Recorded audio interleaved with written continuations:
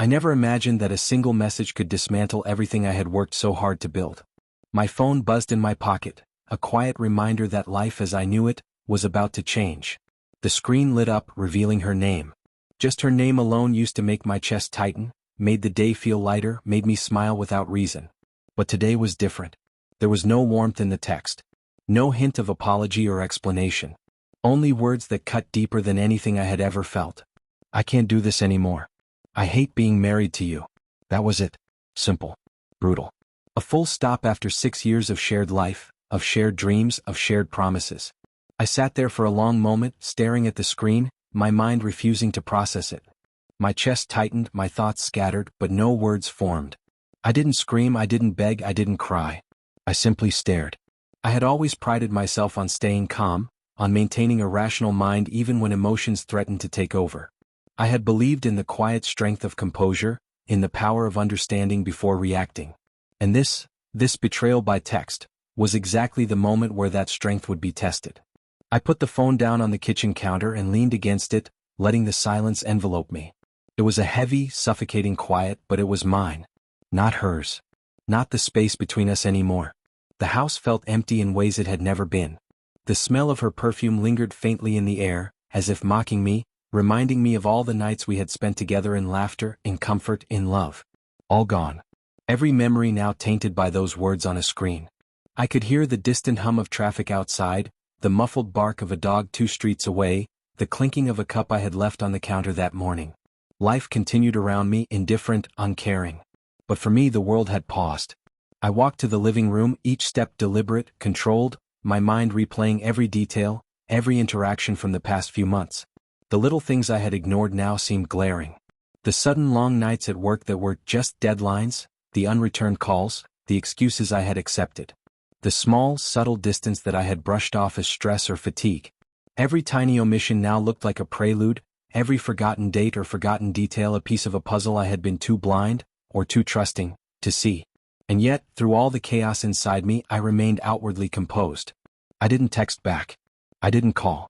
I didn't demand answers or explanations. I simply understood. Sitting down on the edge of the couch, I allowed myself a few moments to breathe. The rhythm of my breathing became my anchor, steadying me.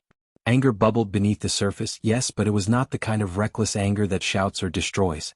It was the deep, cold fury of someone who has been wronged so profoundly that all it can do is observe, calculate, and decide. My hands rested on my knees, my fingers flexing slightly as if preparing for the inevitable. I thought about the life we had built, about the trust one had given freely, about the countless times I had shown patience, compassion, and loyalty. All of it was met with a single text. And yet, I did not crumble. I did not beg. I did not try to salvage what had been irreparably broken. Her next text came in rapid succession. Please, let's talk. I didn't mean it. I need you to understand. I can explain. Each one felt like a weight on my chest, pressing, demanding, but I didn't touch my phone. I didn't respond. Every instinct screamed to reach for it, to type back, to negotiate, to plead, but I resisted. There was a clarity in silence, a power in restraint that she would never understand.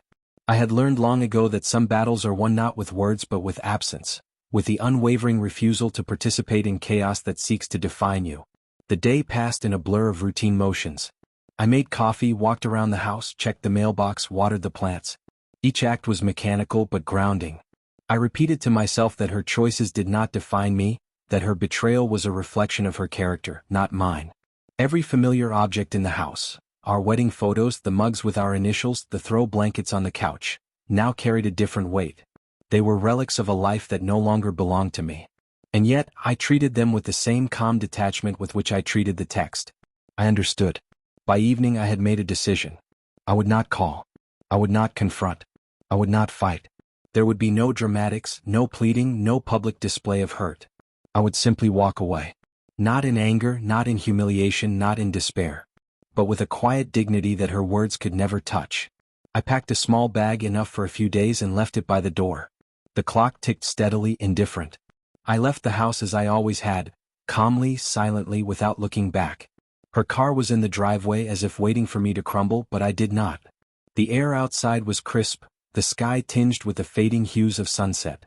Each step I took away from the house felt like reclaiming a piece of myself, a fragment of control that her betrayal had tried to steal. The drive was long, silent, and filled with thought. I thought about the conversations that would never happen, the laughter that would no longer echo, the shared dreams that now felt hollow. But I also thought about the future, my future. One built on principles I refused to compromise, on respect I demanded from myself above all, on integrity that could not be tarnished by another's selfishness.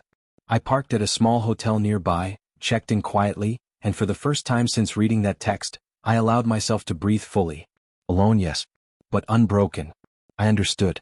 That night I sat on the edge of the bed, phone untouched, staring at the ceiling. I remembered the mornings when her smile had lit up the room, when her hand had rested in mine with trust, when laughter had filled these walls. Now those memories were mine alone, and I accepted them as such. Acceptance was not resignation. It was clarity. It was power. It was freedom. Tomorrow I would begin again outside the shadow of her betrayal, guided only by my own principles and my own strength.